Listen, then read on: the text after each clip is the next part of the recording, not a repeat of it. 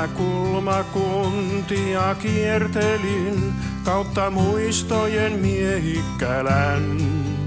Erityisesti kiinnostivat ne, joilla ennen liikuin vähemmän. Siksi kirkon kylältä käännyinkin ajelemaan kohti Hauhiaa. Siellä peltoaukeat kumpuiset, nykypäivän meno rauhaisaa. Mun täytyi pysähtyä paikkaan kauniiseen, siihen missä kylätie kulkee ylitse veen. Seison sillalla Hauhian koskeen ja siitä myllyn näen. Mä mietin mikä sai ihmiset aikanaan lähtemään. Ja vaikka aika muuttuu, mylly seisoo paikoillaan. Saako mylly tänne ihmiset palaamaan?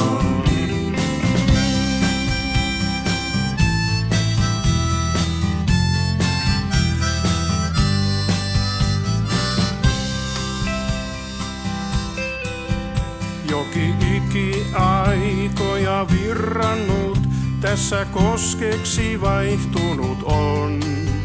Joskus toimekas viisas ihminen sitten hyödynsi sen tuotannon.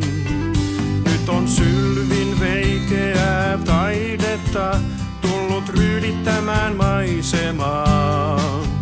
Raami vihreä myös on rannalla, tätä EU-aika edustaa. Mun täytyi pysähtyä paikkaan kauniiseen, siihen missä kylätie kulkee ylitse veen. Seison sillalla Hauhian koskeen ja siitä myllyn näen.